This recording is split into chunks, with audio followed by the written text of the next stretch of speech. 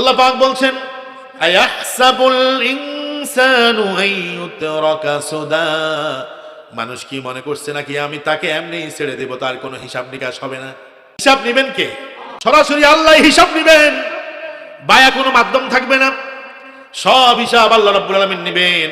রাব্বুল আলামিন সূরা আল গাশিয়ার ভিতরে বলেছেন, ইন্না ইলাইনা ইয়াবাহুম সুম্মা ইন্না আলাইনা হিসাবাহুম। যে আল্লাহকে আমরা ভুলে গেছি, যে আল্লাহর কথা আমাদের মনে থাকে না, আল্লাহ পাক বলেন দিন শেষে ইন্না ইলাইনা ইয়াবাহুম, বান্দা তোমাকে আমার কাছে ফিরে আসতে হবে। আল্লাহু আকবার। আপনি আজকে মরে যান, কার কাছে যাবেন? ইন্না ইলাইনা ইয়াবাহুম, বান্দা তুমি আমার কাছেই ফিরে আসতে হবে। সুম্মা ইন্না আলাইনা হিসাবাহুম, আল্লাহ পাক বলেন আমার কাছেই হিসাব দিতে হবে, কারো কাছে হিসাব দেওয়া লাগবে না, কেউ তোমার কাছে হিসাব চাইবে না।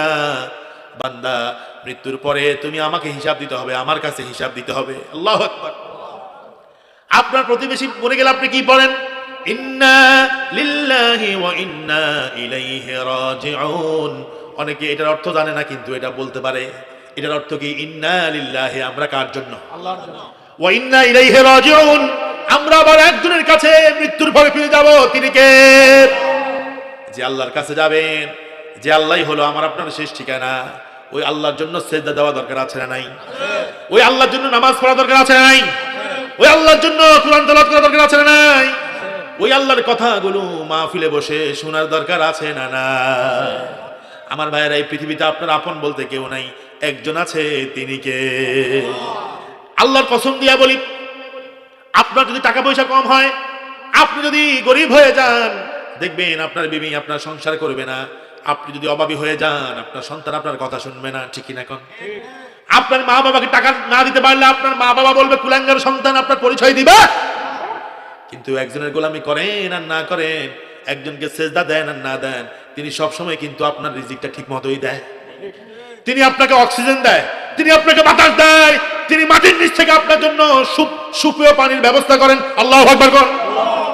আল্লাহ পাক বলেন, ওয়া ইন তাউদ্দু নি'মাতাল্লাহি লা তুহসুহা, বান্দা আমার নেয়ামতগুলো গনে গনে শেষ করতে পারবে না, সব দিয়েছি আমি।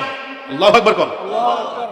আবার সূরা রহমানের ভিতরে একটি আয়াত 31 বার, কোরআনের কোন আয়াত 31 বার নাই, একটা আয়াত কোরআনের মধ্যে 31 বার আছে, সূরা রহমান। কোন সূরা? সবাই কোন কোন সূরা? সূরা রহমানের ভিতরে এই আয়াতটা 31 বার আছে। আল্লাহ পাক বলছেন, ফাবিআইয়ি আলাই রাব্বিকুমা তুকাযযিবান, ফাবিআইয়ি আলাই রাব্বিকুমা তুকাযযিবান। বান্দা আমার কোন কোন নিয়ামত অস্বীকার করবা? কোনটা বলবা এটা আমি দেই নাই? তোমার প্রত্যেকটা নিয়ামত আমি দিয়েছি। আমার ভাইরা, আমরা বলি নুন খাই যার গুণ গাই, আরো জোরে বলেন নুন খাই যার গুণ গাই। দুনিয়াতে কেউ আপনাকে 200 টাকা দিলে তার পিছনে স্লোগান দেন, আছে কিনা কোন? আর আল্লাহ আপনাকে চোখ দিয়েছে, হাত দিয়েছে, মুখ দিয়েছে, জবান দিয়েছে, পা দিয়েছে, এরপরে শরীরের ভিতরে এমন কিছু অর্গান আছে যেগুলো বিক্রি করলে কোটি কোটি টাকা বিক্রি করা যাবে। আমার ভাইরা, সে আল্লাহকে ভুলে গিয়ে আমরা কোন দিকে যাচ্ছি? শয়তানের পথে হাঁটতেছি, ঠিক কিনা কোন? নামাজ নাই, রোজা নাই, দিন নাই, ইসলাম নাই, কুরআন নাই, কোন দিকে আমরা যাচ্ছি? এজন্য আল্লাহ রাব্বুল আলামিন বলছেন, ইয়া আইয়ুহাল ইনসানু মা গররাকা বিরাব্বিকাল কারীম।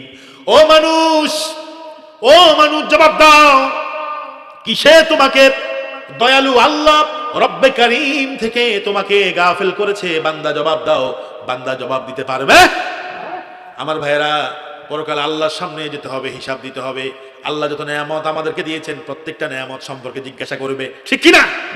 সুম্মা লাতুসআলুন্না ইয়াওমাইযিন আনিন নাঈম, সব নেয়ামত সম্পর্কে জিজ্ঞাসা করবে কে? আল্লাহ। আমার ভাইয়েরা, ও যুবকেরা, আর গুনার মধ্যে থেকো না, আর গুনার জগতে থেকো না, আসো কোরআনের দিকে, আসো ইসলামের দিকে, আসো আল্লাহর কাছে কেঁদে কেঁদে তওবা করো। মরতে দেরি হবে, আল্লাহর জান্নাতের গ্রান পেতে দেরি হবে না, ঠিক কিনা? আল্লাহর কাছে যেতে হবে, ফিরে যেতে হবে কার কাছে? এই যে দিন শেষে পরিবারের কাছে ফিরে আসেন, আসেন না? এভাবে যদি আপনি একদিন ফিরে যাবেন, পরিবারের কাছে আপনি আসতে পারবেন না। আপনি রাস্তা দিয়ে হাঁটতেছেন, হঠাৎ করে পিছন দিক থেকে একটা গাড়ি আপনাকে মেরে দিয়েছে, আপনি দুনিয়া থেকে বিদায় হয়ে গেলেন, পরিবারের কাছে আসার সুযোগ নাই। নিজের বউকে দেখার সুযোগ নাই, কলিজার টুকরা সন্তানগুলোকে আদর করার কোনো সুযোগ নাই, মাকে দেখার সুযোগ নাই, বাবাকে দেখার সুযোগ নাই। সবাই বলবে ইন্না লিল্লাহি ওয়া ইন্না ইলাইহি রাজিউন। চলে গেছেন কার কাছে?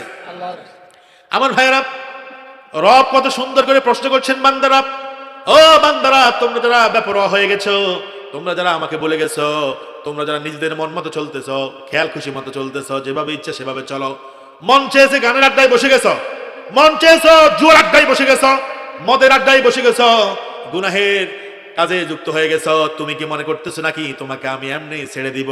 আয়াহসাবুল ইনসানু আইয়ুতরাকা সুদা। তুমি কি মনে করছো নাকি, ও মানুষ, তুমি কি মনে করছো নাকি তুমি যে বেপরোয়া হয়ে গেছো, নিজের মন মতো চলতেছ, আমার গোলামি করো না, তুমি কি মনে করছো আমি তোমাকে এমনি ছেড়ে দিব না? তোমাকে আমি এমনি ছেড়ে দিব না। কে বলছে? কে বলছে? আমার সামনে আসতে হবে, কিয়ামতের দিন আমার সামনে হিসাব দিতে হবে। কথা কর।